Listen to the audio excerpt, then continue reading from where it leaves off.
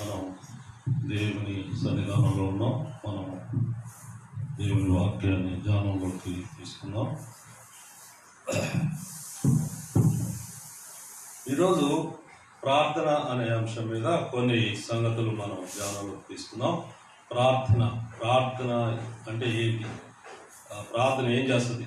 మానవుడి యొక్క జీవితంలో ప్రార్థన ఏం చేస్తుంది అనేది కొన్ని మనం బైబిల్లో నుంచి కొన్ని మనం తీసుకుందాం. ముందుగా మరి దానియేలు గ్రంథం 2వ అధ్యాయము, దానియేలు గ్రంథం 2వ అధ్యాయం 19, 20, 21 మనం ధ్యానంలోకి తీసుకుందాం. దానియేలు గ్రంథము 732వ పేజీ. దానియేలు గ్రంథం మరి 2వ అధ్యాయము 19, 20, 21 మనం ధ్యానంలోకి తీసుకుందాం. అంతటా రాత్రి యందు దర్శనము చేత ఆ మర్మము బయలుపరచబడెను కనుక దానియేలు పరలోకమందున్న దేవుని స్తుతించెను. ఎట్లనగా దేవుడు జ్ఞానబలము గలవాడు, దేవుని నామము స్తుతింపబడును గాక. ఆయన కాలమున సమయములను మార్చువాడై ఉండి రాజులను త్రోసివేయచ్చు, నియమించుచు ఉన్నవాడును, వివేకులకు వివేకమును, జ్ఞానులకు జ్ఞానమును అనుగ్రహించువాడు ఉన్నాడు. ప్రార్థన చేసుకుందాం. ప్రేమ పరిపూర్ణుడగు మా ప్రియ పరలోకపు తండ్రి, యేసుక్రీస్తు వారి అత్యున్నతమైన నామంలో నీకు వందనాలు ప్రభా. ఈరోజు శుక్రవారం తండ్రి, మరి అనేకులు మరి ఈ యొక్క టీవీ ప్రోగ్రామ్ మరి వీక్షిస్తూ ఉండొచ్చు లైవ్లో. దయ చూపించండి, కరుణించండి ప్రభా. నీ సన్నిధి మాతో ఉంచండి, నా పెదాలను మీరు ముట్టండి ప్రభా. శ్రేష్టమైన మాటలు నీ బిడ్డలకు అందించలాగున నీ దాసుని ఒక పనిముట్టుగా వాడుకోమని, అత్యున్నతమైన నీ నామానికే ఘనత తెచ్చేవాడుగా నన్ను వాడుకోవలసిందిగా వేడుకుంటూ, నన్ను నేను తగ్గించుకొని నిన్ను హెచ్చిస్తూ నీ పాసనిలో సాగిలపడుతూ ఈ ప్రార్థన ప్రభువైన యేసుక్రీస్తు వారి నామంలో నీకు అర్పిస్తున్నాను తండ్రి, ఆమేన్. ప్రియమైన దేవుని బిడ్డలారా, ప్రార్థన మన జీవితంలో ఏం చేస్తుంది అనేవి కొన్ని మనం ఈరోజు కొన్ని అంశాలు మీ ముందు ఉంచుతా, కొన్ని మాత్రం వివరించడానికి నేను ప్రయత్నం చేస్తా. మొట్టమొదట ప్రార్థన ఏం చేస్తుంది అంటే భూత, వర్తమాన, భవిష్యత్ కాలాలని తెలియజేస్తుందంట. ఇది చాలా గొప్ప విషయం. ఎందుకంటే మనం ఈరోజు ఏం జరుగుతుందో మనం చెప్పలేం. సాధారణంగా మానవుడి యొక్క జ్ఞానం ఎంతవరకు ఉంటుంది అంటే నెక్స్ట్ నిమిషం ఏం జరుగుతుందో మనం చెప్పలేం. కానీ దేవుని ఆశ్రయించిన వారు, దేవుని నమ్ముకున్న వారు, దేవుడు వాళ్ళకి ఎటువంటి జ్ఞానాన్ని ఇస్తాడు అని అంటే వర్తమాన, భూత, భవిష్యత్ కాలం, ప్రజెంట్ ఏం జరుగుద్ది, రేపు ఏం జరుగుద్ది, ఇదివరకు ఏం జరిగింది అనేది ఈ ప్రార్థన మీద ఆశ్రయించిన, ప్రార్థన మీద ఆధారపడ్డ వాళ్ళకి ఇటువంటి జ్ఞానాన్ని దేవుడు తెలియజేసినట్టుగా బైబిల్ గ్రంథంలో ఎంతో మంది మనకు కనపడుతుంటారు. కళల ద్వారానో, దర్శనాల ద్వారానో, మరి ఎన్నో రకాలైన సందేశాలను దూతల ద్వారానో మరి బైబిల్లో మరి మనకు తెలియజేసినట్టుగా ఉంది. కాబట్టి ఈరోజు మానవుడికి తెలియంది ఏంటి ఈ లోకంలో అని అంటే వర్తమాన, భూత, భవిష్యత్ కాలం ఇంతవరకు ఎవరికి తెలవదు. ఏదో కథలు ఏదో చెప్తుంటారు, కాలజ్ఞానం అని, మరి ఆయనకి ఇట్లా, ఈయనకి ఇట్లా, మరి ఫలానా ఆయన చెప్పిండు. ఈ మధ్యలో టీవీలో పిల్లగాడు, చిన్న పిల్లోడు చెప్తా ఉంటాడు అన్నమాట, నాకు అంతా తెలుసు, ఇట్లా జరుగుద్ది, ఇట్లా జరుగుద్ది. మనం ఈరోజు మన కొన్ని అంశాలు మీ ముందు ఉంచుతా. మొట్టమొదటిది ఏంటంటే వర్తమాన, భూత, భవిష్యత్ కాలాన్ని ఎరిగిన దేవుడు. రెండు, మన ప్రార్థన మనలను ప్రకాశింపజేస్తుందంట. ఈ లోకంలో గ్లో, చాలా మంది చాలా అందంగా కనపడటానికి, ప్రకాశవంతంగా కనపడటానికి ఎన్నో రకాల క్రీములని, అదని ఇదని ఏదైనా వాడుతుంటారు. ఏది వాడినా ఏదైనా తాత్కాలికమే, కానీ దేవుడిచ్చిన ఆ యొక్క ప్రకాశం అది శాశ్వతంగా ఉండేది, ప్రకాశిస్తుంది ముఖం అని దేవుని వాక్యం ఉంది. తర్వాత ప్రార్థన మనకు శక్తినిస్తుందంట, పవర్. దేవుని వాక్యం మానవుడికి ఏమిస్తుంది అని అంటే శక్తినిస్తుంది. ఎటువంటి శక్తిని అని అంటే దేవునికి అసాధ్యమైంది ఏమీ లేదు, అయితే ప్రకృతిని సైతం ఆదేశించగల శక్తివంతుడుగా ప్రార్థన పరుడు ఉంటాడు అని దేవుని వాక్యం ఉన్నది. మీకు తెలుసండి, బాగా తెలుసు కదా. మరి ప్రాణం పోయిన వాళ్ళని కూడా బ్రతికించిన ప్రార్థనా పరులు ఎంతో మంది మనకు బైబిల్లో కనపడుతుంటారు. పౌలు గారు కూడా ఒకసారి మేడగది నుంచి కింద పడితే ఒక పిల్లోడు వాడిని బ్రతికించినట్టుగా మనం చూస్తుంటాం. ఈ విధంగా మనం చూసినట్టయితే మరి ప్రార్థన శక్తినిచ్చేదని, ప్రార్థనా పరులకు ఆకాశం తెరవబడుతుందట. ఆకాశం తెరవబడి వాళ్ళకు కొన్ని పరిస్థితులు వాళ్ళకు చూపిస్తాయంట. తర్వాత ఏంటి అని అంటే 5వది, ప్రార్థన పరిచర్యకు సిద్ధపరుస్తుంది అంట. మనం ఏదైనా పరిచర్య చేయాలంటే సొంత జ్ఞానంతో చేస్తే ఏం ఫలించదండి. దేవుని సన్నిధానంలో మనం మొరపెట్టి మనల్ని మనం సరి చేసుకొని దేవుడు ఆదేశాల మేరకు మనం పరిచర్య చేయడానికి పోతే మన మాటలకు ఎదుటివాడు సత్యాన్ని గ్రహించే అంత శక్తిని ప్రార్థన ఇస్తుంది అని పరిచర్యకు సిద్ధపరుస్తుంది ప్రార్థన అంటాడు. ఇక 6వది ఏమంటాడంటే ప్రార్థన కార్యం సఫలం చేస్తుందంట. ఏదైనా నువ్వు జీవితంలో ఏదైనా కార్యం చేయాలా అంటే ముందు నువ్వేం చేయాలంటే ప్రభు సన్నిధానంలో మోకరించి ఆ అంశం మీద నువ్వు మాట్లాడితే దాన్ని సఫలం చేసేవాడు ఎవరంటే దేవుడే.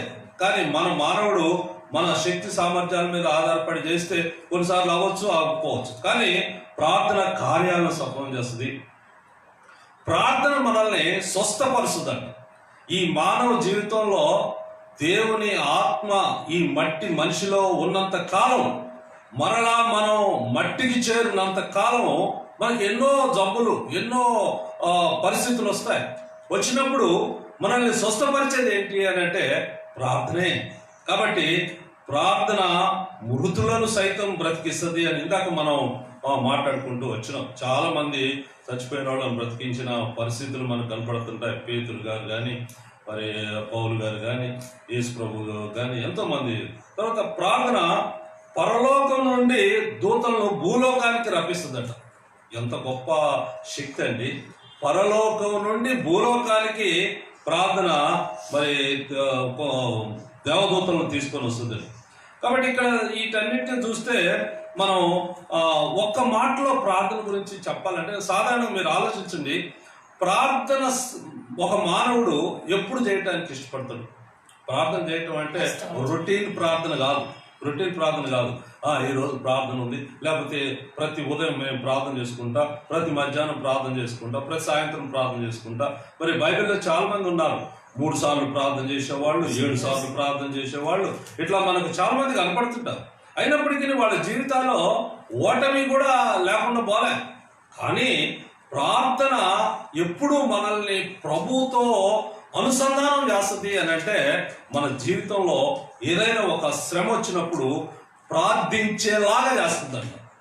నేను ప్రార్థన చేయాలే, ఈరోజు నాకు అట్లుంది, నాకు ఇట్లుంది, ఈరోజు వద్దులే ప్రార్థన, ఈరోజు పడుకుందాంలే అని అనుకున్నప్పుడు వెంటనే నా మటుకు నాకేం గుర్తొస్తుంది అంటే ఏదైనా అనారోగ్యం, ఓ కడుపుల నొప్పో, కాలు నొప్పో, ఏలు నొప్పో, తలనొప్పో ఏదో ఒకటి ప్రారంభం అయితే వెంటనే ప్రార్థన చేసుకుందాం అంటే శ్రమ మనల్ని ప్రార్థించేలాగా చేస్తుంది. ఎటువంటి ప్రార్థన అంటే హృదయ అంతరంగాల్లో నుంచి దావీదు అన్నట్టుగా నా ప్రాణమా యెహోవాను సన్నతించు, ఆయన పరిశుద్ధ నామమును సన్నతించు అని ఆయన అంటున్న అంతరంగంలోనున్న సమస్తం. ఎంత గొప్ప ఆశ్చర్యకరమైన మాట అండి అది. కాబట్టి ప్రార్థన శ్రమ ప్రార్థించేలాగా చేస్తుంది, పాపం నుండి దూరపరుస్తుందంట. శ్రమ నువ్వేదైనా పాపం చేయటానికి సంసిద్ధుడు అయినప్పుడు నీ శరీరం, నీ మనస్సు నిన్ను మోసం చేయడానికి ఎన్నోసార్లు నువ్వు ప్రేరణ చేస్తుంది. శరీరం కానీ మనస్సు కానీ నిన్ను మోసం చేస్తుంది. అయితే శ్రమ నిన్ను దేవునికి దగ్గరగా చేస్తుందట. పాపం నుండి నిన్ను దూరపరుస్తుంది అంటాడు. ఇంకేమంటాడంటే శ్రమ అంట మానవుడిని పవిత్రపరుస్తుందట. యోబు రాసిన గ్రంథం 23:10 చదవడం అవసరం లేదు, అక్కడ చూస్తే మనకు కొన్ని సంగతులు అక్కడ తెలుస్తాయి. కాబట్టి ఇప్పుడు నేను 3 సంగతులు చెప్పిన. ప్రార్థించేలా చేస్తుంది, పాపం నుండి దూరపరుస్తుంది, పవిత్రంగా మనల్ని మార్చేది ప్రార్థన. అయితే ఈ ప్రార్థన వల్ల ఏ కార్యాలు జరుగుతాయో మనం ఇప్పుడు దాకా మనం చెప్పుకుంటూ వచ్చాం. ఎటువంటి కార్యాలు జరుగుతాయి. ఎటువంటి నిజంగా ప్రార్థనకు మించింది మనకు ప్రపంచంలో మరి ఏది కూడా కనపడదండి. చాలా మంది మరి ఏమండి చంద్రమండలంలో గడ్డపోయి వచ్చారు అని అడిగితే నీల్ ఆర్మ్స్ట్రాంగ్ వాళ్ళందరూ కూడా ఏం చెప్పారు తెలుసా? మేము అక్కడ ప్రార్థించడం, అక్కడ ఆదికాండం 1వ అధ్యాయం తీసి చదివిండు. చంద్రమండలంలో నువ్వు ఇక్కడే చదవు, నీకు బైబిల్ చేతిలో ఉన్నా, నీ ఇంట్లో ఉన్నా, నీ కుటుంబంలో ఉన్నా, నువ్వు చదవటానికి ఏదో విధి లేక చదివినట్టుగా ఉంటది నీ పరిస్థితులని. కానీ వాళ్ళు శాస్త్రజ్ఞులు, ప్రపంచమే వాళ్ళని గుర్తించింది. వాళ్ళు ప్రత్యేకమైన జ్ఞానం కలిగిన వాళ్ళు, సాహసం కలిగిన వాళ్ళు, వాళ్ళు చంద్రమండ యాత్రలకు వాళ్ళు సిద్ధపడి ప్రాణాన్ని సైతం ఎరగబెట్టిన వాళ్ళు. వాళ్ళు ఇచ్చిన స్టేట్మెంట్ ఏంటి అని అంటే, మేము ప్రార్థించాం కనుక మేము బ్రతికాము. ఎవడైనా ఏదైనా సాధించాలా అంటే వాడు ప్రార్థన చేయాల్సిందే. ఈ రోజులో ప్రపంచంలో నువ్వు అనుభవిస్తున్న ప్రతి సౌఖ్యం కూడా ప్రార్థించిన వారి చేత మనకు అనుగ్రహింపబడింది. కాబట్టి ప్రియమైన సోదరి సోదరులారా, నీకు ఎవరు చెప్పినా మీరు నమ్మవాకండి. ఏమని అంటే నీ భవిష్యత్తు చెప్తా. నాకు అనుభవంలో చాలా మంది తెలుసండి, ఇలా చిలుకలు పట్టుకొని వచ్చి చిలుక జోస్యం చెప్తాం, తర్వాత సోదే చెప్తాం అని కొంతమంది. ఇట్లా ఈ మధ్యలో టీవీలో కూడా భవిష్యత్తు చెప్తాం అని చాలా మంది పిల్లలు వస్తూ ఉన్నారు. కానీ వీళ్ళందరినీ కూడా మరి పిచ్చి సమాజం అంటే అజ్ఞానం మనల్ని ఎక్కడికి నడిపిస్తుంది, శ్రమ మనల్ని ఎక్కడికి నడిపిస్తుంది అంటే మన కనులుకి అంధకారాన్ని కలగజేస్తుంది అంట. వాడు ఏమైనా చెప్తున్నాడో నా గురించి, ఒకవేళ నేను అట్లా మార్చుకుంటే ఏమైనా అవుతుందేమని. కానీ దేవుని వాక్యం సెలవించేది ఏంటి అంటే, ప్రార్థన నీ జీవితంలో ఏమైనా చేయగలవు. కాబట్టి ఒక విశ్వాసిగా నువ్వేం చేయాలా అని అంటే, ఖచ్చితంగా ప్రార్థన అనే ఒక అంశం మీద నువ్వు ఆధారపడి ఉండాలి. దీనికి ఎఫ్ఎస్సీ రాసిన పత్రికలో కూడా అంటాడు కదా, ప్రార్థన 6వ అధ్యాయంలో ఏమంటాడు? విశ్వాసం అనే డాలు పట్టుకొని మీ నడుమునకు సత్యమని దట్టు కట్టుకొని, నీతి అని మరమై తొడుక్కొని, పాదములకు సమాధాన సువార్త వలన సిద్ధ మనసుకు జోడలు తొడుక్కొని నిలవబడు. ఇవన్నీ గాక విశ్వాసం అనే డాలు పట్టుకొని దాంతో మీరు దుష్టుని అగ్ని బాణములన్నింటినీ ఆర్పుటకు శక్తిమంతులవుతారు. చాలు. కాబట్టి ఇట్లా మనం చూస్తే ఈ యొక్క బైబిల్లో ఉన్నతమైన జీవితాన్ని జీవించిన వాళ్ళందరూ కూడా ప్రార్థన మీదనే ఆధారపడ్డారు. ప్రార్థన మీద ఆధారపడి కొందరు శ్రమలో ఆధారపడితే, కొందరు అలవాటుగా ప్రార్థన చేసుకుంటే, కొందరు పూర్తిగా దేవుని దైవత్వాన్ని గ్రహించి దానియేలు లాంటి వాళ్ళు వీళ్ళందరూ కూడా చెరపట్టబడ్డ బాలులే. బైబిల్లో మనం చూసినట్టయితే ప్రార్థనా పరులుగా ఎంచబడి దేవుని స్వభావం కలిగి రూపాంతర అనుభవం కలిగి ఈ లోకంలో ఒక ప్రత్యేకమైన జీవితాన్ని జీవించే వాళ్ళందరూ కూడా దేవుని మీద ఆధారపడ్డ వాళ్ళే. కాబట్టి యోసేపు కూడా ఆయన చెరసాలలో ఉంటే పానదాయకుడు భక్ష్యకారుడికి భవిష్యత్తుని వాళ్ళకి ఏం జరగబోతుందో చెప్తే వాళ్ళు ఆ రాజుగారికి అటువంటి సమస్య వచ్చినప్పుడు వాడు జైల్లో ఉన్నాడండి, వాడికి భవిష్యత్ కాలం మొత్తం వాడి చెప్పినట్టే జరుగుతుందండి, మా జీవితంలో జరిగిందని మరి యోసేపును కూడా ఆ రాజుగారి ముందుకు ఆదరణ పలికినట్టుగా మనం చూస్తుంటాం. కాబట్టి ఇట్లా మనం చూసినట్టయితే ఎన్నెన్నో కదా. మరి ఎలీషా గారు కూడా శత్రువుల వాళ్ళ యొక్క ప్లాన్స్ అన్ని కూడా పసిగట్టేసి ముందుగానే రాజుగారికి చెప్పేవాడు. రాజుగారికి చెప్తే రాజుగారు సిద్ధపడి వాళ్ళని అటాక్ చేసే అంత శక్తి. అక్కడ వాళ్ళలో వాళ్ళు అనుకున్నారు, శత్రువులు అనుకున్నారు, ఇదేంటి మనలో ఎవడో గూఢచారి ఉన్నాడు, లేకపోతే మనం అనుకునే ప్రతి ప్లాన్ అవతల శత్రువుకి మన శత్రువుకి ఎట్ట తెలుస్తుంది అనుకున్నప్పుడు వాళ్ళలో ఒక జ్ఞానవంతుడు చెప్పాడు. వాళ్ళ దేశంలో ఒక ప్రవక్త ఉన్నాడండి, ఆ ప్రవక్త రాబోయే సంగతులన్నీ చెప్తున్నాడండి, మన పన్నాగాలన్నీ చెప్పేది ఆ ప్రవక్తే అని. అంటే ఆయన ముందుకు ఆయన దగ్గర ఆయన్ని అటాక్ చేయడానికి ఎంతో మంది శత్రువులు వచ్చినప్పుడు పక్కన ఉన్నవాడు భయపడిపోయి ఎందుకంటే వాడికి ప్రార్థన యొక్క ఔన్నత్యం తెలవదు. వాడు భయపడి చివరికి ఎలీషా గారిని చెప్తున్నాడు, ఎలీషా గారు మీరు ఎందుకు ఇంకా ప్రార్థన చేస్తున్నారు, అవతల చూడండి అంటే ప్రభువా వీడి కళ్ళు తెరువు అంటాడు. వీడు కళ్ళు తెరిస్తే ఏమనే ఆకాశ రథాలు ఆయన చుట్టూ తిరుగుతున్నట్టుగా ఆ భౌతికమైన అవన్నీ కూడా ఒక తృణప్రాయంగా కనపడ్డాయి. కాబట్టి ప్రియమైన సహోదరి సహోదరులారా, ఈరోజు విశ్వాసివని చెప్పుకుంటున్న నీవు, నేను మారు మనసు పొందిన, నేను ఒక ప్రత్యేక జీవితం జీవిస్తున్నా, నా యొక్క మనస్సుకు విరుద్ధంగా నేను ఒక పవిత్రమైన జీవితాన్ని జీవిస్తున్నా అంటానికి ప్రార్థన తప్ప వేరే పరిస్థితులు లేవు. కనుక నీ జీవితంలో వచ్చే వడదుడుకులు ఉంటాయి, నీ జీవితంలో వచ్చే శ్రమలు ఉంటాయి, మరి మన కుటుంబ వ్యవస్థలో ఎన్నో ఎన్నో పరిస్థితులు ఉంటాయి. వీటన్నిటిలో నువ్వు ప్రార్థన మీద ఆధారపడుతున్నావా? నీ పిల్లల భవిష్యత్తుల విషయంలో, నీ పిల్లలను మరి సన్మార్గంలో నడిపించాలా అనే ఆ యొక్క గొప్ప ఉద్దేశంలో నువ్వు ప్రార్థనలో మరి ఎప్పుడైనా మరి నువ్వు ఆధారపడుతున్నావా? మనం ఏం చేస్తామంటే ముందుగానే ఫిక్స్ అయిపోతాం. ముందుగానే యవనస్తులను మనం చాలా మందిని చూస్తున్నాం. నా జీవితంలో యవనస్తులు చాలా మంది, వాళ్ళు ఏం చేస్తారు తెలుసా? వాళ్ళు ఏదో ఒక అమ్మాయిని వివాహం చేసుకోవటానికి ఎన్నో ప్రయత్నాలు చేస్తారు. అది సఫలం కాలేదనుకోండి, ఇక ప్రార్థన పరుల దగ్గర పోతుంటారు. పోయి అయ్యా నేను ఆ అమ్మాయిని చేసుకునేటట్టు మీరు ప్రార్థన చేయండి అని.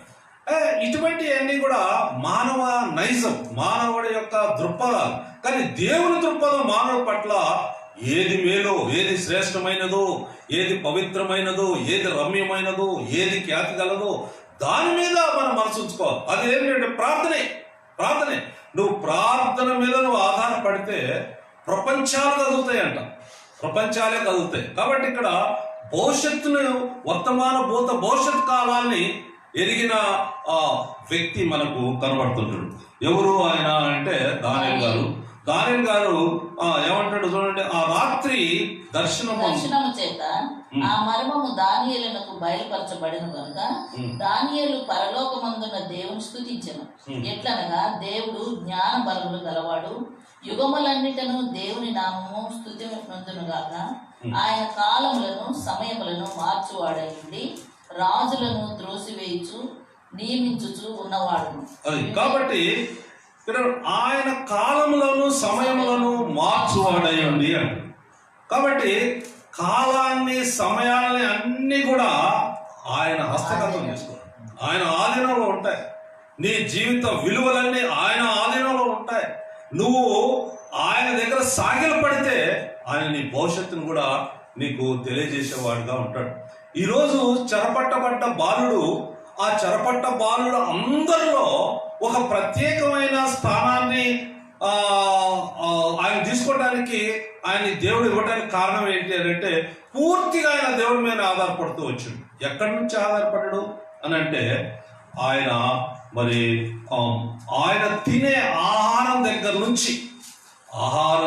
నుంచి తన పవిత్రతను కాపాడుకుంటూ ఏ స్థాయికి వచ్చిందంటే, ఏ దేశం అయితే ఆయన్ని చెరపట్టి తీసుకొని వచ్చిందో ఆ దేశానికే ఆయన ప్రధానమంత్రిగా మరి ఆ యొక్క భక్తి ఆయన్ని తీసుకొని వచ్చింది. కాబట్టి ఈరోజు నువ్వు జీవితంలో నిరుత్సాహపడిపోయి, జీవితంలో కృంగిపోయి, జీవితంలో ఏ వదిలే నా జీవితం ఏంటో పుట్టినా పెరుగుతున్నా చచ్చిపోతా అని అనుకోవడానికి లేదు. నీది ఎంతో విలువైనది, ఎంతో శ్రేష్టమైంది నీ జీవితం.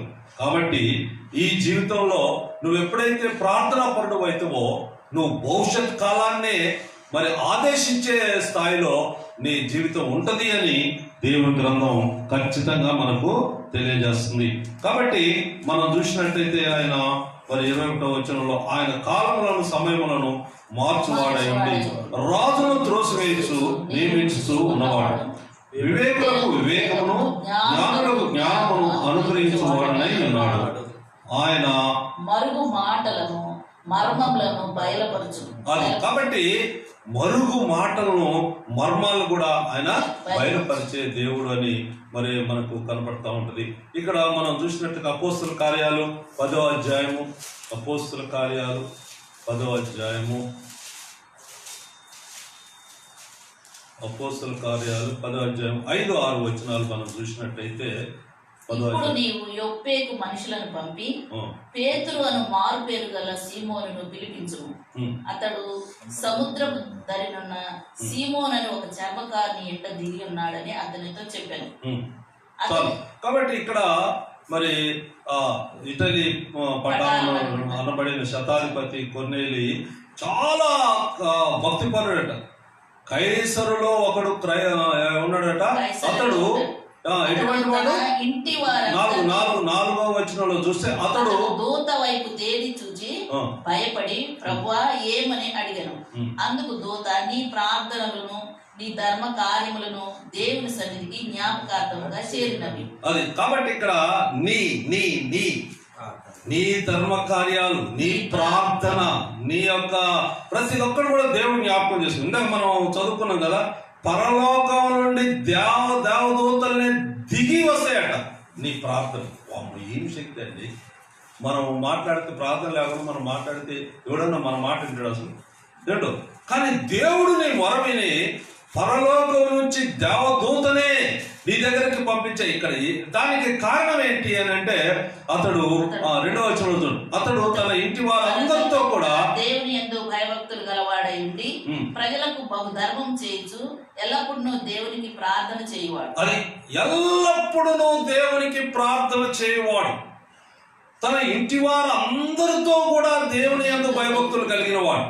ఈ రోజుల్లో భార్య ప్రభు నమ్ముకుంటే భర్త నమ్ముకోడు, భర్త నమ్ముకుంటే భార్య నమ్ముకోరు, వీళ్ళిద్దరు నమ్ముకుంటే పిల్లలు నమ్ముకోరు. ఇట్లా ఎంతో ఎంతో ఎంతో గలివిలి అట్లా ఒక కాడికి ఒక ఎద్దుని ఒక దున్నపోతుని కట్టరు కదా. కాబట్టి మరి మనం ఇంటిల్లాదులు రక్షింపబడితే మన ఇల్లు పరలోకంలాగా ఉంటుంది. పరలోకంలా ఎప్పుడు ఏ పరిస్థితుల్లో కూడా ఎన్ని కరోనాలు రాని, ఎన్ని సునామీలు రాని, ఎన్ని శ్రమలు రాని, నీ యొక్క విశ్వాసం ఖచ్చితంగా పరిపూర్ణంగా ఉంటే నీ జీవితంలో సంతోషం ఎప్పుడు నిన్ను విడిచిపెట్టి పోదు. కారణం ఈరోజు మనకు సంతోషం లేదు, మనం భయభ్రాంతులమై ఉన్నాం. ప్రపంచం మొత్తం, గ్లోబ్ మొత్తం కూడా ఎట్లుందంటే ఈరోజు వామ్మో ఏం జరుగుద్దో, రేపు ఏం జరుగుద్దో, ఏం చేయాలి, కాళ్ళు కడుక్కో, చేతులు కడుక్కో, ఏళ్ళు కడుక్కో, మొహం కడుక్కో, ఎన్నో ఎన్నో ఎన్నో మానవ పాపం ప్రయత్నాలు. ఇది అంతా దేనికోసం అండి? బ్రతకటానికి ఎన్నో ప్రయత్నాలు చేస్తాడు. దేవుడు అంటాడు, నువ్వు ప్రార్థన పరుడు అయితే నీ భవిష్యత్తు నీ చేతిలో పెడతా. నీ భవిష్యత్తును నిర్ణయించేది ప్రార్థన. కాబట్టి ఇక్కడ మరి కొర్నేలికి పరలోక రాజ్యంలో వెళ్ళే అర్హత లేదు ఆయన. కానీ ఆయన ఇంటి వారందరితో కూడా దేవుని యందు భయభక్తులు గలవాడై ఉన్నాడు కనుక, ఆయన ప్రార్థన దేవుడు విన్నాడు కనుక, ధర్మకార్యాలు దేవుడికి తెలిసినాయి కనుక దేవుడు ఆయన దగ్గరకు ఒక దేవదూతనే పంపించినట్టుగా మనం చూస్తుంటాం. కాబట్టి మరి మనం ప్రియమైన సహోదరి సహోదరులారా, నీ జీవితంలో ఇప్పుడు ఏ లేమితో నువ్వు బాధపడుతున్నావేమో, ఏ కష్టంతో నువ్వు బాధపడుతున్నావేమో, ఏ ఆర్థిక ఇబ్బందులు నిన్ను కలవర పెడుతున్నాయేమో, కానీ నిన్ను సృష్టించిన దేవుడు, నిన్ను ప్రేమించిన దేవుడు, జగత్తు పునాదులు వేయకమునిపే నిన్ను ఎరిగిన దేవుడు, నీ భవిష్యత్తుని నిర్ణయించి తన కాలంలో నీ జీవితాన్ని రాసిన దేవుడు, అటువంటి దేవుడు ఈరోజు నీకు సమీపంగా రావటానికి ప్రార్థన ఆయుధం. కాబట్టి నువ్వు ప్రార్థిస్తే మరి అగో భూమిని తలకిందులు చేయవారు వాళ్ళు ప్రార్థన చేస్తూ వచ్చారు. వాళ్ళందరూ కూడా ఎంతో సంతోషంగా యేసు ప్రభుతో తిరుగుతూ, వాళ్ళని యేసు ప్రభు కూడా పంపిస్తే వాళ్ళు సర్వలోకానికి వెళ్ళి అందరికి స్వార్థం ప్రకటిస్తూ వాళ్ళకు అనుభవాలు యేసు ప్రభు ముందు వివరిస్తున్నారు. ఏమనంటే, ప్రభువా మమ్మల్ని చూసి దయ్యాలు గడగడ వణుకుతున్నాయి, ప్రభువా మేము రోగాలు నిలబడుతున్నాం, మేము ఎన్నో చేస్తున్నాం, ఇచ్చేస్తున్నాం అంటే యేసు ప్రభు ఒక్కటే ఒక మాట అన్నాడు. ఏమనంటే, మీ యొక్క పేర్లు జీవ గ్రంథమందు ఉన్నాయో లేవో చూసుకోండి. ప్రభువా అనే ప్రతి వాడును దేవుని రాజ్యంలో ప్రవేశించడు, కానీ ఆయన చిత్త ప్రకారం చేసేవాడే దేవుని రాజ్యంలో ప్రవేశిస్తాడు. కాబట్టి ఆయన చిత్తం ఏంటి ఈ లోకంలో? యేసు ప్రభు ఏం చేసిండు? ఏ సూచిక చేసినా ఆయన రాత్రంతయు ప్రార్థనలో గడిపిండు అని, ఆయన ప్రార్థన చేయుటకు కొండ ఎక్కిండు అని, ఆయన ప్రార్థన చేయుటకు అరణ్య మార్గంలో వెళ్ళిండు అన్నాడు. కాబట్టి ఇట్లా ఆయన జీవిత యాత్రలో ఆయన జయాలకు ఎప్పుడు ఆయన పొంగిపోలే. దేవుడు వందనాలు చెల్లించవచ్చు. నేను కాదు ప్రభువా, నీ శక్తి వల్ల నేను చేయగలుగుతాను. ఎంతో మందిని చచ్చిపోయిన వాళ్ళని బాగు చేయగలిగాడు. కారణం ఏంటి అని అంటే ఆయన ప్రార్థన. ఆయన దేవుని కుమారుడై ఉండి ఆయన ఏం చేసిందంటే అభివృద్ధి రాసిన పత్రికలు అంటాడు, యాచనలతోనూ ప్రార్థనలతోనూ ఆయన మరి దేవునికి మొరపెట్టుకున్నాడు. కాబట్టి దేవుని కుమారుడే ఆయన శరీరధారి అయిన దినములలో మహారోదనతోనూ కన్నీళ్లతోనూ తను మరణం నుండి రక్షింపగలవానికి ప్రార్థనలు యాచనలు సమర్పించిండు అని దేవుని వాక్యం మరి సెలవిస్తుంది. కనుక ప్రియమైన సహోదరి సహోదరులారా, మీ జీవితంలో ఇక్కడ ఈ యొక్క శతాధిపతి అయిన కొర్నేలి ఆ జీవితంలో మనం ఆదర్శంగా తీసుకుని, నేను ఎప్పుడు ఆయన నాకు చాలాసార్లు గుర్తొస్తుంది. ఎందుకంటే మన ఇంట్లో పనిచేసే వాళ్ళు ఉంటారు. వాళ్ళు ఎంతమంది ప్రభు నమ్ముకున్న వాళ్ళు ఉంటారు. నమ్ముకున్న వాళ్ళనే పెట్టుకోవాలండి అంటే నీ యొక్క జీవితాన్ని నీ యొక్క పరిస్థితులను చూసి ఆ నమ్ముకున్నవాడు కూడా నమ్ముకునేటట్టు దేవుడు చేయగలడు. నువ్వు వాళ్ళని ఇన్ఫ్లుయెన్స్ చేయగలవు. నీ యొక్క ఇన్ఫ్లుయెన్స్ వాళ్ళ మీద ఉంటుంది. కనుక నీ యొక్క జీవితం ప్రార్థన పరుడుగా నువ్వు ఉండాలా. బట్ ఈరోజు ప్రార్థన లేకనే ఈ మధ్యన ఒక పేషెంట్ గురించి నేను విన్నా. పాపం వాళ్ళ నాన్న ఆ పేషెంట్ని కొడుకుని ఎంతగానో ప్రేమించేవాడు. అయ్యా, ఒక ప్రార్థన పరుడికి చెప్పిండట, నా కొడుకుని గురించి ప్రార్థన చేయమంటే, నీ కొడుకు అక్కడ ఉన్నాడా అన్నాడు.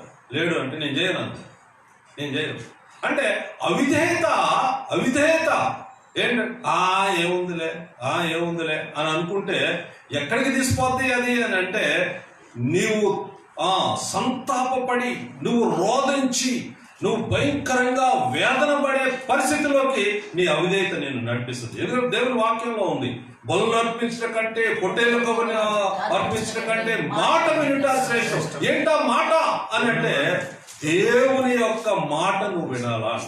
సౌలును కూడా అదే చెప్తాడు కదా, నువ్వు మాట వినందున నిన్ను ఆ సింహాసనం నుంచి దింపేస్తున్నా, నేనే ఇచ్చిన నీకు సింహాసనాన్ని, నువ్వు నా మాట లేదు, నేను దించేస్తున్నా, నా హృదయానుసారుడైన ఒక వ్యక్తిని నేను ఆ సింహాసనాన్ని ఎక్కిస్తున్నా అని దేవుడే సెలవిచ్చినట్టుగా మనం చూస్తుంటాం. ప్రియమైన దేవుని బిడ్డలారా, ఈరోజు యేసు ప్రభు మనకు ప్రబోధించిన మనకు మాదిరి చూపించిన విషయం కూడా ప్రార్థన మీదే బేస్ అయి ఉన్నది.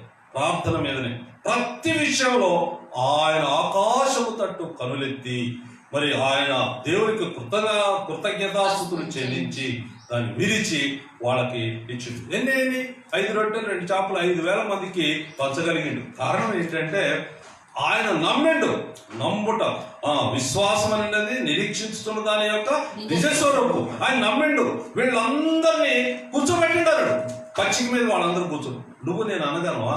మనకంత నమ్మకం మనకు ఉంటుందా? మన ప్రార్థన మీద మనకంత నమ్మకం ఉందా? ఆయన నమ్మిండు. అందరూ కూర్చోబెట్టిండని ఆయన ఆ రొట్టెలు మీ దగ్గర ఉందా అన్నాడు. తీసుకున్నాడు, ఆకాశ తట్టు కనులెత్తిండు, దాన్ని విరిచిండు. వాళ్ళందరికీ కూడా 12 గంపలు మిగిలేటట్టు ఆయన ప్రార్థన ఫలితాన్ని ఆయన చూసినట్టుగా మనం చూస్తుంటాం. మనం అడిగిన దేని గురించి అడుగుతాం? అన్ని కూడా చెత్తని అడుగుతుంటాం. మనం చెత్తని అడిగి శ్రేష్టమైన వాటిని గురించిన సంగతులు మనం పట్టించుకోం. కానీ దేవుడు చెప్పేది ఏంటంటే నీకు శ్రేష్టమైన ఈవులను ఇస్తా అని. అందుకనే ఆ పత్రికల్లో కూడా ఏమంటాడు ఈ లోకంలో పరలోకంలో క్రీడా నువ్వు సౌఖ్యంగా ఉండటం కోసం ఏం చేస్తున్నానంటే ఈ లోకంలో నీకు కావలసిన అవసరాలు ఇస్తా, పరలోకంలో కూడా నీకు మంచి స్థానాన్ని నేను ఇస్తా అని దేవుని వాక్యం మరి సెలవిస్తుంది. కాబట్టి కొర్నేలి విషయంలో పేతురుని అక్కడికి పంపడానికి, పేతురు ఎవరు అని అంటే దుడుకు పేతురు. మనకు తెలుసు కదా, యేసు ప్రభుతో ఉండి అన్ని దుడుకు పనులు చేసేవాడు, తొందరపడి అన్ని సంగతులు అడుగుతుండేవాడు, మాకేంటి అని. అయితే ఆయన కూడా లేచిన తర్వాత కూడా యేసు ప్రభు అని కూడా ఏం చెప్పాడు తెలుసా? అందరికి తెలియజేయండి, శిష్యులకి, పేతురుకి శిష్యులందరికీ తెలియజేయడం.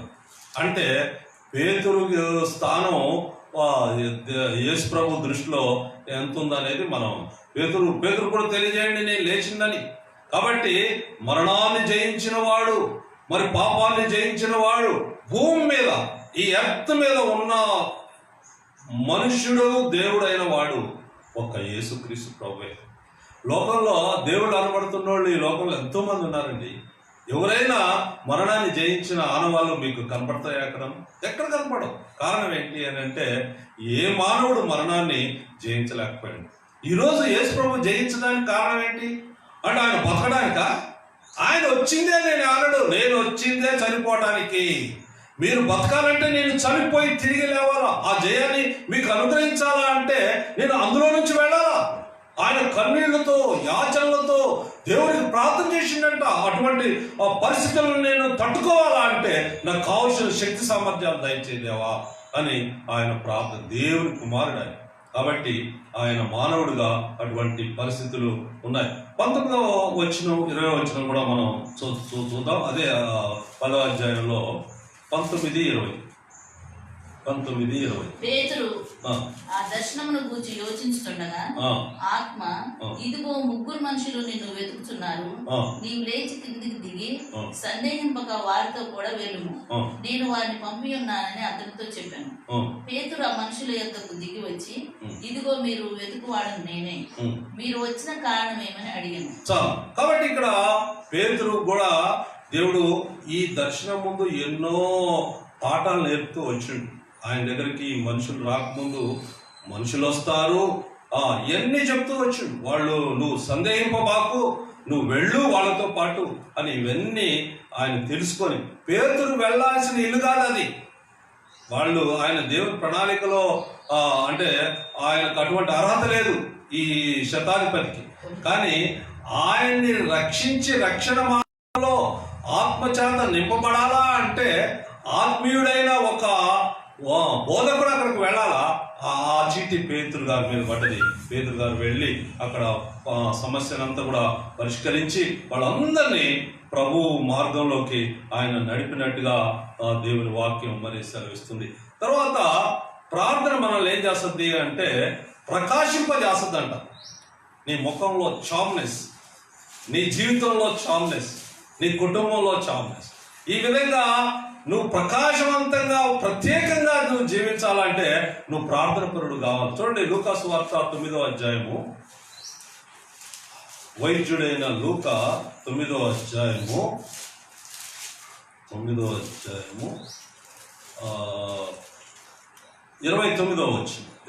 వచనం. ఆయన ప్రార్థించుతుండగా ఆయన ముఖరూపం మారెను, ఆయన వస్త్రములు తెల్లనివై దగదగ మెరిసెను. అది పైన మనం చూసినట్టయితే 28 నుంచి చూస్తే ఈ మాటలు చెప్పినది మొదలుకొని రమారమి 8 దినములైన తర్వాత ఆయన పేతురు, యోహాను, యాకోబును వెంట పెట్టుకొని ప్రార్థన చేయుటకు ఒక కొండ ఎక్కెను. కొండ ఎక్కిన తర్వాత ఆయన ప్రార్థన చేస్తుండగా ఆయన ముఖరూపము మారెను, ఆయన వస్త్రములు తెల్లవై దగదగా మెరిసెను. కాబట్టి ప్రియమైన దేవుని బిడ్డలారా, సహోదరి సహోదరుడా, నీ జీవితంలో అట్టి అనుభవం నువ్వు కావాలని కోరుకోవట్లేదా? దేవుని కృపను బట్టి నేను చెప్తున్నా. నేను పెద్ద ప్రార్థన పరుని కాదు. నేనేంటో నాకు తెలుసు. నా గురించి నేను బోస్ చెప్పుకోవటం కాదు. కానీ మరి చాలామంది అంటే నాకు తెలిసిన వ్యక్తులు, నా క్లాస్మేట్స్, వాళ్ళు వీళ్ళు నన్ను కలిసినప్పుడు, అరే నేను ఇట్లా చూస్తున్నాను అనుకోలేదు, నువ్వు చాలా హెల్తీగా కనపడుతున్నావు, మరి నీ ముఖంలో ఏదో ఒక ప్రత్యేకమైన చామ్నెస్ కనపడుతుంది అని అంటే నేను చాలా సిగ్గుపడేవాడిని. వాళ్ళు అన్నది కానక పడటం కాదు. ఎందుకంటే దేవుని చిత్తానుసారం అప్ టు ది మార్క్ నేను లేను. నాకు తెలుసు నా దుస్థితి ఎరిగిన దేవుడు కూడా నేనేదో ఒక కొంచెం సమర్పించుకున్నందుకు నాకు ఇంతగా నన్ను హెచ్చరించడానికి నేను ఏ పాటి వాడను నా ప్రభువా. ఎవరు? దావీదు కానీ సొలొమోను కానీ అంటారు. నా కుటుంబం ఏపాటిది, నేను ఏపాటి వాడను, నా ప్రార్థన ఏపాటిది, నా భక్తి ఏపాటిది, నా యొక్క స్థిరత్వం ఏపాటిది, నేను చెంచలుడినే. అయితే నన్ను ఇంతగా నువ్వు హెచ్చరించకు, కాబట్టి నీ ముఖంలో చామ్నెస్ ఉన్నది అంటాడు. కాబట్టి ఆ యొక్క గొప్ప యేసు ప్రభు వారు ఆయన ప్రార్థన చేయించుండగా ఆయన ముఖ రూపము మారాను. ముఖ రూపాన్ని మార్చే దేవుడు. నువ్వు నల్లగున్నవా తెల్లగున్నవా లేకపోతే నువ్వు ఇంకెట్లున్నావు అనేది సమస్య కాదు. నీ జీవితంలో నువ్వు ఎప్పుడైతే ప్రార్థన పరుడువో నీ ముఖం వెలిగిపోతా ఉంటుంది. మరి నాకు తెలిసిన ఒక నల్ల ఆయన ఉన్నాడు. నల్ల ఆయన క్రిఫోర్డ్ ఆలర్ గారని, ఆయన బ్లాక్. ఆయన ప్రసంగాలు చేస్తే ఎంతోమంది ఆకర్షింపబడ్డారు. ఇప్పుడు నా చిన్న బిడ్డ కొడుకు పేరు కూడా క్లిఫ్లో. కాబట్టి ఆయన బ్లాక్ మ్యాన్. ఆయన ఏంటయ్యా అంటే మా అల్లుడు ఎవరికి ఛాన్స్ ఇవ్వలే. వాళ్ళ నాన్నకు కానీ నాకు కానీ ఎవరికి హోటల్లో కూర్చొని నా కొడుకు పేరు క్లిఫ్లో అన్నాడు. అదేంటి అప్పుడే డిసైడ్ చేసిన ఏంటి అని అంటే, అవును నేను ముందే అనుకున్నాను నా కొడుకు పుడితే వాడికి క్లిఫ్లో పెట్టాలి. ఎందుకు అనుకున్నాడు? ఆయన ముఖంలో దైవత్వాన్ని చూసి, ఆయన ముఖంలో ఆయన ప్రసంగాల్లో ఒక మానవుడి పురుకొల్పే విధానాన్ని చూసిండు. కాబట్టి ఈరోజు రంగుల తేడాలు, రంగుల భేదాలు ఏం లేవండి. కాబట్టి మనం అనుకున్నాను నేను బ్లాక్ ఉన్నా కదా, లేదు అది సోలమితి అంటది, నేను నల్లని దానినైనా బహు సౌందర్యవంతురాలంట సోలమితి. కాబట్టి సోలమితి సంఘం అయితే మరి వరుడు ఎవరు అంటే ఆ ప్రభువైన యేసుక్రీస్తు ప్రభు. సంఘం ప్రభువుకి సాదృశ్యంగా ఉన్న ప్రేమ గీతమే పరమగీతం. కాబట్టి మనం ఎట్లుండాలా? సౌందర్యవంతురాలుగా ఉండాలి. మనం సౌందర్యవంతులం కాదు అసలు. మనం మానవులం. ఆయన దేవుని కుమారుడు. ఆయనతో మనకు వివాహం అంటే మనం ఆయన పక్కన కూర్చోటానికి ఏమాత్రం సరిపోం. కానీ ఈరోజు దేవుడిచ్చిన గొప్ప భాగ్యం ఏంటి అని అంటే సంఘం. ఈ లోకంలో దేవుడి దేన్నైనా ప్రేమిస్తున్నాడంటే సంఘాన్నే. కాబట్టి ఆ సంఘంలో సంఘం అంటే ఏంటి? 4 గోళ్ళు అనుకుంటున్నారా? కాదండి. ఇంట ఉన్న సంఘమునకు రాయినదేమనగా పౌలు రాస్తా ఉంటాడు. ఇంట ఉన్న సంఘానికి సంఘం అని అంటే ఆ మారు మనసు పొంది తిరిగి జన్మ అనుభవం పొంది దేవుని చేత ఏర్పాటు చేయబడి దేవునికి ప్రార్థించే వారే సంఘం. వాళ్ళు సిద్ధపాటు కలిగి ఉండాలా. వధువు ఎట్లుంటదండి? వధువు ఎప్పుడు కూడా ట్రిమ్గా ఉంటుంది. సిద్ధపాటు ఎప్పుడు ఎంత అప్ టు డేట్. వీళ్ళు కొత్తగా పెళ్ళయిందండి, వీళ్ళు చూసినా వీళ్ళే కనపడుతున్నారు, ఎక్కడ చూసినా వీళ్ళే కనపడుతుంది. శారీరకంగా మనం అనుకుంటాం. కానీ దేవుని సంఘం ఎట్లుండాలా అంటే ఎప్పుడు ప్రార్థనలో అనుభవం కలిగి ఉండాలి. సిద్ధపాటు అంటే ప్రార్థనే. నీ జీవితంలో సిద్ధపాటు కలిగి ఉండటానికి మెయిన్ రీజన్ ఏంటంటే ప్రార్థన నిన్ను ఇందాకనే చెప్పింది కదా, పాపం నుండి దూరపరుస్తుంది. శ్రమలో నుంచి వచ్చిన ప్రార్థన పాపం ప్రార్థించేలాగా చేస్తుంది. చాలా మంది పరిస్థితులు బాగుంటే అసలు ప్రార్థన అని ఊసే ఉండదు, వాళ్ళ ఇంట్లో ఉండదు. అయితే నేను ఒకళ్ళ ఇంట్లోకి పోయినా, వాళ్ళు అందరూ కూడా సంతోషంగా ఏదో ఫంక్షన్ నడుస్తుంటే వాళ్ళ అబ్బాయి బయటికి పోయి ఎవరో ముసలోడికి బండి గుద్దేస్తే వాడు కింద పడిపోయినట్టు, వాడు స్పృహ లేదు అంటే ఆ ఇంటి యజమాని, ఆ పిల్లోడి తల్లి చెప్తుందనమాట, ప్రార్థన చేయండి, నా కొడుకు ఇప్పుడు గడగడలాడిపోతున్నాడు, వాడిని ఒకళ్ళ ముసలోడు చచ్చిపోతే ఇంటి జైలు వేస్తాడు. కానీ అప్పటిదాకా ప్రార్థన అనే ఊసు ఆ ఇంట్లో ఎక్కడా కనపడలేదు. కానీ ఈరోజు దేవుడు ఎవరైనా సరే, వాళ్ళనే కాదండి, నీ జీవితంలో ఎవరైనా సరే ప్రార్థన శ్రమ నిన్ను ప్రార్థించేలాగా చేస్తుంది. శ్రమ నిన్ను పాపం నుండి దూరపరుస్తుంది. శ్రమ నిన్ను పవిత్రపరుస్తుంది. నువ్వు పవిత్రపరిస్తేనే నువ్వు ప్రకాశించగలవు. ప్రకాశించలేకపోతే నువ్వు పవిత్రపరచకపోతే నువ్వు ప్రకాశించలేవు. ఇప్పుడు మానవుడుగా, దేవుని యాజకుడు, సేవకుడుగా, ఇశ్రాయేలుకి నాయకుడుగా మరి మోషే ప్రభు దగ్గర కొండ మీదకి ఎక్కిన తర్వాత ప్రభుతో మాట్లాడిండు. ప్రభుతో అన్నం గిన్నం ఏం అక్కడ ఏం తినలేదట, అన్న పానంలో ఏం అక్కడ పుచ్చుకోలేదు.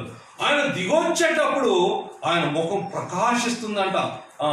ఆయన ముఖం 34 నిర్గమకాండం 34, 29, 30 చాలా చదవద్దులేండి, ఇప్పుడు మనం ఇదంతా చెప్పుకోలేము అదంతా చదువుకుంటూ కూర్చుంటే. కాబట్టి ఆయన ముఖం ప్రకాశిస్తుంది. ఆయన ఎవడు చూడలేకపోతున్నాడు. ఎంత ప్రకాశం ఉందంటే మానవ కళ్ళకు ఆయన ప్రకాశం తట్టుకోలేకపోయింది. మోషే, నువ్వేదైనా ముసుకేసుకో, మేము చూడలేకపోతున్నావు అన్నారంట. ప్రియమైన సహోదరి సహోదరుడా, నీ ప్రార్థన ఆ స్థాయిలో ఉందా? నీ ప్రార్థన నీ జీవితానికి ప్రకాశం తెస్తుందా? నీ కుటుంబానికి తెస్తుందా? నీ కుటుంబాన్ని చూసి ఎవరైనా అబ్బా ఎంత మంచి కుటుంబం అండి ఈ కుటుంబంలో రక్షణ సునాదం బయటకు వస్తుందండి అనే స్థాయిలో నీ జీవితం ఉందా అనేది నువ్వు పరీక్షించుకోవాల్సిన వాడుగా ఉన్నావు. ఇంకా మూడోది ఏంటి అంటే, ప్రార్థన మనకు శక్తినిస్తుందంట. చాలా పవర్ కావాలి కదండి. శక్తి అంటే చాలా పవర్ కావాలి. ఇప్పుడు మన బండ్లకు 2 వీలర్లకు వాటిని హార్స్ పవర్ అంట. ఇన్ని గుర్రాల పరుగు శక్తి ఈ యొక్క బండికి ఉంది.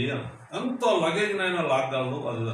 కాబట్టి మనిషి బ్రతికుండి శక్తిహీనుడైతే వాడు బ్రతకటమే కష్టం అండి. శక్తి లేనివాడు బ్రతకలేడు. ప్రతి పనికి ఎవరి మీదనో ఆశ్రయపడాల్సి వస్తుంది. ఎప్పుడు వస్తుంది శక్తిహీనత మానవుడికి అంటే? ముసల్తనాన్ని వస్తుంది. వృద్ధాప్యంలో మానవుడు కూర్చుంటే ఎవరో ఒకరు కూర్చోబెట్టాలా, తీసుకొని పోవాలి. కానీ దేవుని వాక్యం ఏం చెప్తుంది తెలుసా? వృద్ధాప్యంలో కూడా వాళ్ళు చిగురు పెడతారట. నీతిమంతుడు అంటే ప్రార్థనపరుడు. వాళ్ళు వృద్ధాప్యంలో కూడా వాళ్ళు చిగురు పెడతారు. వాళ్ళ నా కనుచూపు కొంచెం కూడా తగ్గలేదు. మొదటి రోజు నేను ఖడ్గం పట్టుకున్నప్పుడు ఎట్లున్నాం కాలేమని. కాబట్టి అట్లా అనేవాడు ప్రార్థనాపరుడు. ప్రార్థన ఏం చేస్తుందంటే మనకు శక్తిని. 16వ న్యాయాధిపతులు 16 చివరి అధ్యాయం 28-30 వచనాలు చూడండి. న్యాయాధిపతులు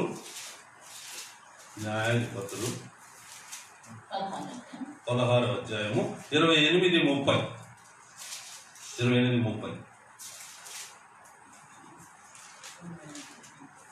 అప్పుడు సంసోను, యెహోవా ప్రభువా దయచేసి నన్ను జ్ఞాపకం చేసుకొను. సంసోను, యెహోవా నా ప్రభువా దయచేసి నన్ను జ్ఞాపకం చేసుకొనుము. దేవా దయచేసి ఈసారి మాత్రమే నన్ను బలపరచుము.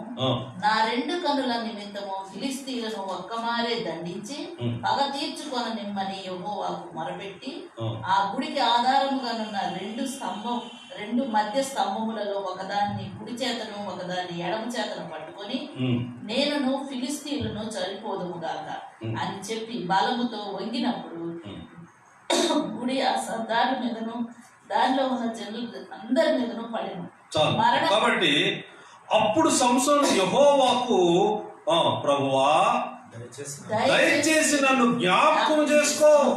అబ్బా బలహీనుడిని అయిపోయిన ప్రభువా, నా అతిక్రమాలు, న్యాయాధిపతిగా ఉండవలసిన నేను, బలాఢ్యుడినైన నేను, నన్ను నువ్వు బైబిల్లో బలాఢ్యుడు ఎవరు పసిపిల్లలు అడిగింది చెప్తారు. సంసోన్ అంటే ఎవడరా అంటే భలే వీరుడు అంటాడు. మహావీరుడు మామూలు వీరుడు కాదు. పచ్చి గాడిద దవడతో 1000 మందిని ఆయన కొట్టి చంపేసినట్టుగా దేవుని గ్రంథం చెప్తుంది. ఇంకా ఎన్ని సాహసాలు చేసిండంటే మేకను చీల్చినట్టుగా సింహాన్ని చీల్చేసిండంట. పరిశుద్ధాత్మ ఆయన్ని ప్రేరేపించగా ఆయన ఒక మేకను చీల్చినట్టు సింహాన్ని చీల్చేసిండు అని. కాబట్టి ఇట్లా తన జీవిత యాత్రలో ఎంతో ఉన్నతమైన శక్తి కలిగిన సంసోను తన సొంత జ్ఞానంతో తన శక్తినంతా కోల్పోయిన వాడుగా ఆయన ఒక బెండులా. ఓసారి ఆయన ఒక వేష దగ్గర ఉన్నప్పుడు ఊరోళ్ళందరూ ఆయన పట్టుకోవటానికి ఫిలిస్తీన్లు ట్రై చేస్తే ఆయన ఆ గవిలితో సహా ఎత్తుకొని ఊరు బయటికి వెళ్ళిపోయిందండి. వా, ఎంత శక్తివంతుడండి. ఈరోజు నువ్వు శక్తిహీనుడుగా ఉండటానికి రీజన్ ఏంటో తెలుసా? నువ్వు ప్రార్థన పరుడు కాదు. నువ్వు ప్రార్థన చేయట్లే. చేసినా యాంత్రికంగా చేస్తున్నావు. చేసిన భయంతో ఏమంటే అమ్మో ప్రార్థన చేయకపోతే మళ్ళీ ఆయన ఏమన్నా కరోనా వస్తుందేమో, లేకపోతే అదో వస్తుందేమో, ఇదో వస్తుందేమో. అది కాదండి దేవుడికి కావాల్సింది. నా అంతరంగములోనున్న సమస్తమా, అది కావాలి దేవుడికి. నీ అంతరంగంలో దేవుని స్థానం ఎంత అనేది నువ్వు పరీక్షిస్తే నీ ప్రార్థనకు శక్తి వస్తుంది, నీ జీవితంలో శక్తి వస్తుంది. నువ్వు ఇప్పుడు కునిష్టోడుగా ఉన్నావు, ఇప్పుడు శక్తిహీనుడుగా ఉన్నావు. నిన్ను చూసి అంత అపహాస్యం చేసే పరిస్థితులు ఉన్నారు. కారణం ఏంటంటే నీలో శక్తి లేదు. నీలో శక్తి లేదు అంటే నీకంతట నీవే శక్తిహీనుడు అయినావు. కారణం ఏంటంటే ప్రార్థన అనే శక్తిని నువ్వు ఆర్జించలేకపోయినావు. మీకు బాగా తెలుసు, దైవ సేవకులు ఎంతో మంది ప్రార్థనతో ఎన్ని సాధించారో కదా. ఒకసారి విమానాన్నే ఒక ఆయన ప్రార్థనతో వెనక తీసుకొచ్చిండంట. ఎంత గొప్ప ప్రార్థన అండి. కాబట్టి నీ జీవితంలో అట్టి వాడుగా, బాగా బలాఢ్యుడుగా, శక్తివంతుడుగా నువ్వు ఉండాలంటే నువ్వు ప్రార్థన పరుడుగా ఉండాలి. నువ్వు ప్రార్థన పరుడుగా ఉంటే అప్పుడు ప్రభు జ్ఞాపకం, నన్ను ఒక్కసారి దయతో జ్ఞాపకం చేసుకో ప్రభువా, దేవా దయచేసి ఈసారి మాత్రమే నన్ను బలపరచుమని ఆయన అడిగిపోవచ్చు. కాబట్టి ఈసారి ఒక్కసారి నన్ను బలపరచు ప్రభువా. ఆయన ఎంతో బలవంతుడైన వాడు ఇప్పుడు శక్తిహీనుడైపోయి కనులు బీకేసి ఆయన్ని గానుగా ఇసురువాడిగా చేసినప్పుడు, ఆయన గోడలతో కొడుతున్నప్పుడు ఎంతో బాధపడి చివరికి దేవాలయంలో కట్టేసినప్పుడు చివరిగా ఆయన దేవుణ్ణి అడుగుతాడు, దయచేసి ఒక్కసారి నన్ను జ్ఞాపకం చేసుకోవాలి. నీ జీవితంలో నువ్వు ఇప్పుడు ఈ స్థాయిలో నువ్వు ఏ విషయంలో శక్తిహీనుడు అయినవో ఒక్కసారి నన్ను జ్ఞాపకం చేసుకో దేవా అని అంటే దేవుడు నిన్ను జ్ఞాపకం చేసుకునేవాడుగా ఉంటాడు. ఇంకా యెషయా గ్రంథం 40వ అధ్యాయము 30-31. యెషయా గ్రంథం 40వ అధ్యాయం 30-31 చూడండి. ఎట్లుంటారు దేవుని ప్రార్థన పనులు ఎట్లుంటారు అనేది మనకి ఇక్కడ తెలియజేస్తుంది. 30-31 బాలురు సొమ్మసిల్లుదురు, అలయుదురు, యవనస్తులు తప్పక తొట్టిల్లుదురు. యెహోవా కొరకు ఎదురు చూచువారు నూతన బలం పొందుదురు. యెహోవా కొరకు ఎదురు చూచువారు నూతన బలము పొందుదురు. వారు పక్షిరాజుల వలె రెక్కలు చాచి పైకెగురుదురు, అలయక పరిగెత్తుదురు.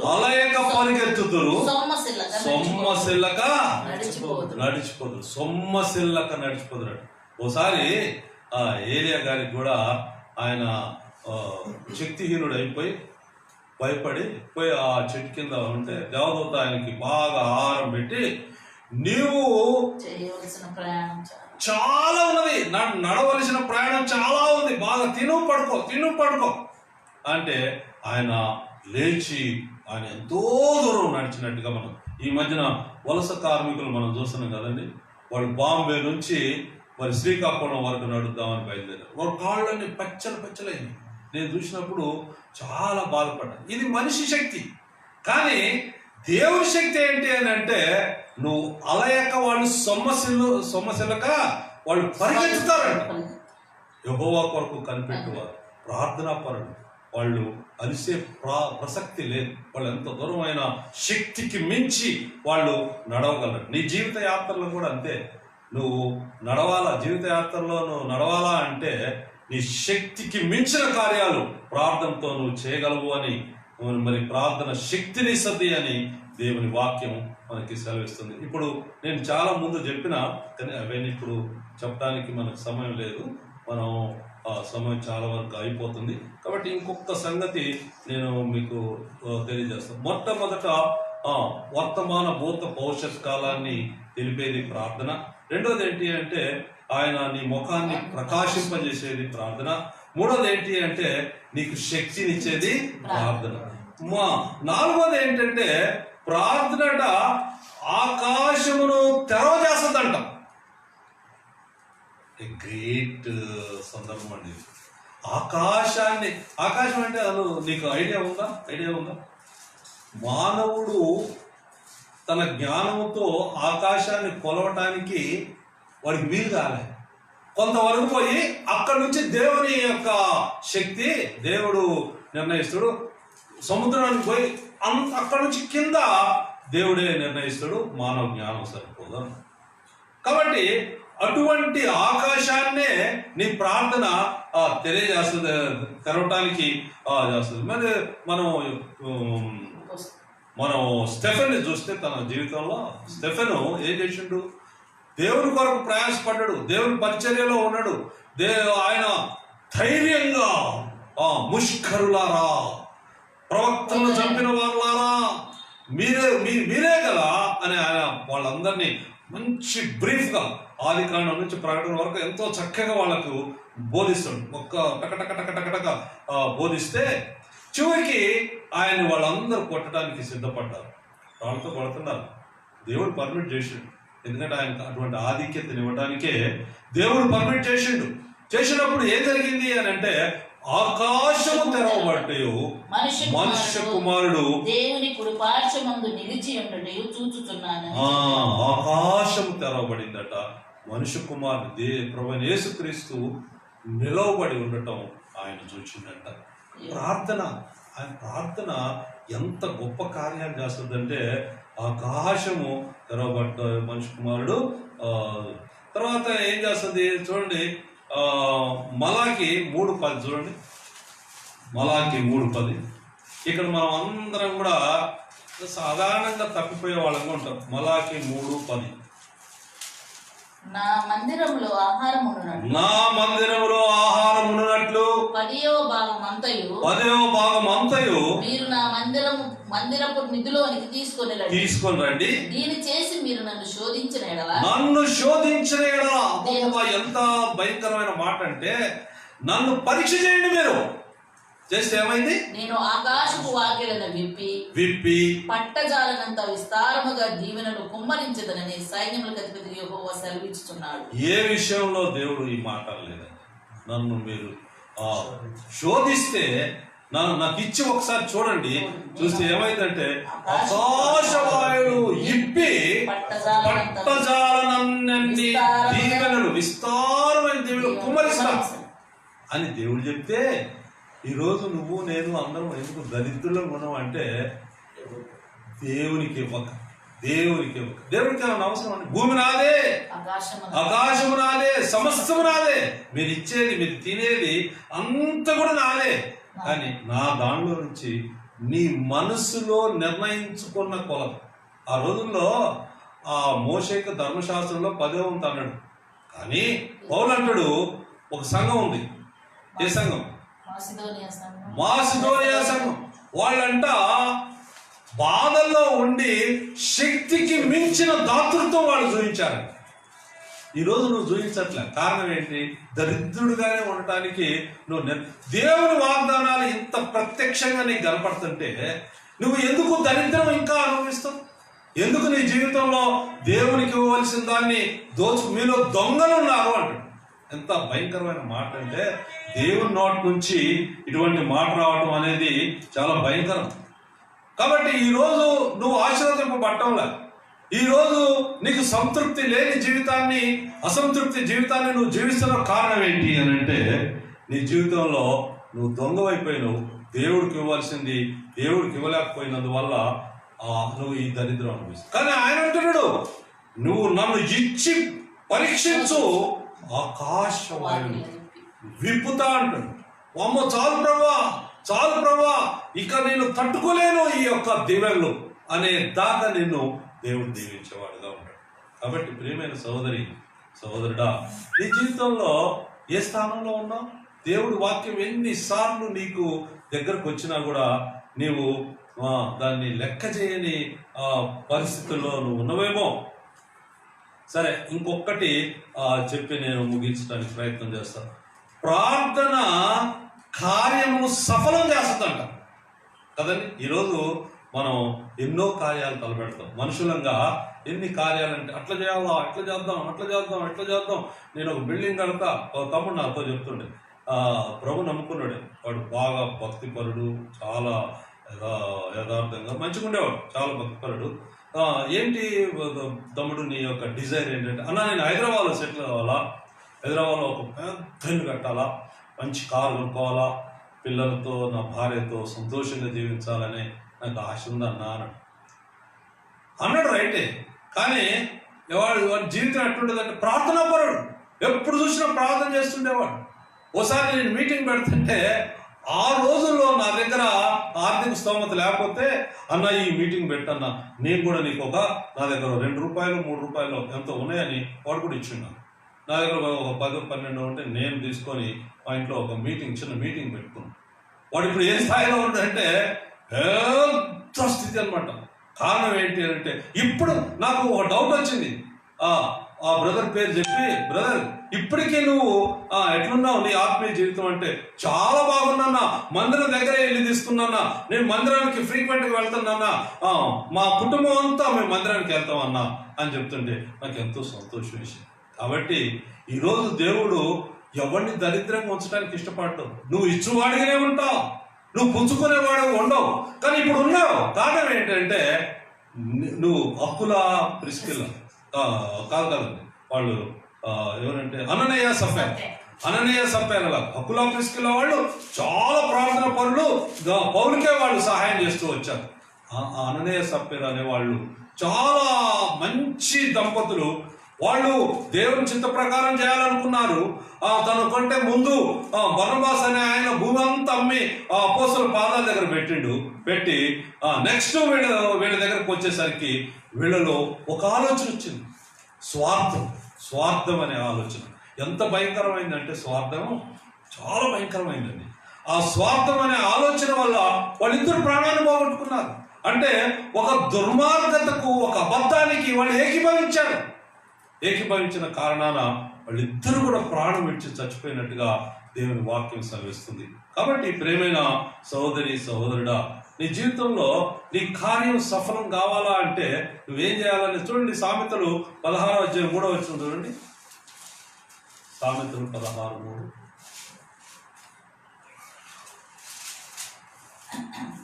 నీ పనుల భారం యెహోవా మీద మోపుము, అప్పుడు నీ ఉద్దేశములు సఫలమగును. కాబట్టి నీ పనుల భారం యెహోవా మీద మోపుము, అప్పుడు నీ ఉద్దేశాలు సఫలం అయితే అంటే, ఇది ఎవరు పెడితే వాళ్ళు పనుల భారాలు మోపితే అయితే అండి కావు. ఆయన ప్రార్థనా పరుడు అయి ఉండాలి. నువ్వు ఎప్పుడైతే దేవునికి సమీపంగా నువ్వు జీవించగలుగుతున్నావో నీ పనుల భారాన్నంతా మోసేవాడు ఆయన. ఆ కాడి కింద నువ్వు ఉన్నట్టే ఉంటావు, కానీ మోసేవాడు ఆయన. కానీ నువ్వు మోయాల్సిన అవసరం లేదు, నువ్వు కష్టపడాల్సిన అవసరం లేదు. నీ పాపాలను పరిహరించడానికి, నిన్ను పరలోక రాజ్యం చేర్చడానికి తన కుమారుని ఈ లోకానికి బలివ్వటానికి ఇష్టపడిన దేవుడు నీ అవసరం నిమిత్తం నీకు ఎందుకు ఇవ్వడు అని మరి దేవుని వాక్యం సెలవిస్తుంది. ఖచ్చితంగా ఇస్తాడు. ఈ రోజు నీకు అటువంటి నమ్మకం లేదు. కారణం ఏంటంటే నీకు దేవుడితో సరి అయిన సంబంధాలు లేవు. కనుక నీ కార్యాలు సఫలం కావటంలే. నువ్వు ఎన్నో తలపడుతున్నావు, ఎన్నో తలపెడుతున్నావు, కానీ ఓటమి పాలైపోతున్నావు. కారణం ఏంటి అని అంటే నువ్వు దేవుని మీద నువ్వు ఆధారపడటానికి. ఇంకా మనం ప్రార్థన దేనితో చేస్తున్నాం ఒక్కడే, ఇంకా చివరిగా ఒక్కటి చెప్పి, ఇంకా 2 నిమిషాలు ఉంది, ఒక్కటి చెప్పి నేను ముగిస్తాను. ఏంటి అని అంటే ప్రార్థన మనల్ని స్వస్థపరుస్తుందట. స్వస్థత అనేది ఆత్మీయ స్వస్థత ఉంది, శారీరకమైన స్వస్థత ఉంది. అయితే ఈ రెండిట్లో నువ్వు ప్రార్థన పరుడు అయితే నీ జీవితంలో నువ్వు స్వస్థపడే అనుభవంలోకి నువ్వు వస్తావు. అది ఏ జబ్బు అయినా సరే, అది మానసికమైనదైనా కావచ్చు, అది శరీర సంబంధమైన ఆత్మీయ సంబంధం ఏదైనా. ఆయన అందుకని అంటాడు కదా, ఆయన యాకోబు పత్రిక ఒకటి చదవండి. యాకోబు పత్రిక 5:15 యాకోబు 5:15 ఏమంటాడు? మీరు అడిగిన విశ్వాస సహితమైన ప్రార్థన ఆ రోగిని స్వస్థపరచును.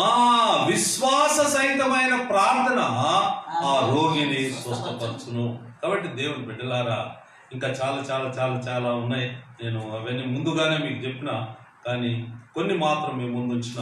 ఈరోజు మన దేవుడు ఎటువంటిది, ప్రార్థనకు ఫలితం ఇచ్చే దేవుడు.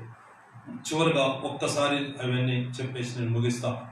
మొదటిది ఏంటి అంటే వర్తమాన భూత భవిష్యత్ కాలాన్ని ప్రార్థన పరులకు తెలియజేస్తాడు.